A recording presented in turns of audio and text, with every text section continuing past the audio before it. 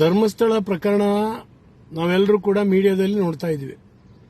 ಇದು ಸಿದ್ದರಾಮಯ್ಯ ಸರ್ಕಾರಿ ಪ್ರಾಯೋಜಿಕವಾಗದಂತಹ ಒಂದು ನಾಟಕ. ಇದರಲ್ಲಿ ಬುರ್ಡೆ ಗ್ಯಾಂಗು, ಸಿದ್ದರಾಮಯ್ಯನವರು ಮತ್ತು ಎಡಪಂಥೀಯರು ಇವರೆಲ್ಲರೂ ಸೇರಿ ಈ ನಾಟಕವನ್ನು ಮಾಡಿದ್ದಾರೆ. ಕಳೆದ 5-6 ತಿಂಗಳಿಂದ ಮೀಡಿಯಾದಲ್ಲಿ ಒಂದೇ ಸಮನೆ ಬರ್ತಾ ಇದೆ. ಏನನ್ನೂ ಕೂಡ ಆಗಲಿಲ್ಲ. SIT ರಚನೆ ಮಾಡ್ತೀವಿ ಅಂತ ಹೇಳಿದ್ರು.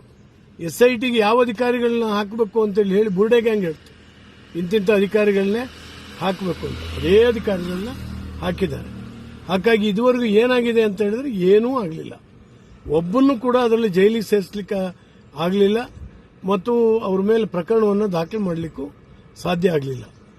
ರಮ್ಯಾ ಅವರ ಪ್ರಕರಣದಲ್ಲಿ, ಸಿನಿಮಾ ನಟಿ ರಮ್ಯಾ ಅವರ ಪ್ರಕರಣದಲ್ಲಿ ಸೋಷಿಯಲ್ ಮೀಡಿಯಾದಲ್ಲಿ ಏನೋ ಹಾಕದ ಅನ್ನೋ ಕಾರಣಕ್ಕಾಗಿ ಪೊಲೀಸು ಸೋಮೋಟೋ ಕೇಸ್ ರಿಜಿಸ್ಟರ್ ಮಾಡಿ ಅವ್ರನ್ನ ಜೈಲಿನಲ್ಲಿ ಇಟ್ಟಿದ್ದಾರೆ. ಇವತ್ತು ಕೂಡ ಹೊರಗೆ ಬರಲಿಕ್ಕೆ ಆಗಲಿಲ್ಲ.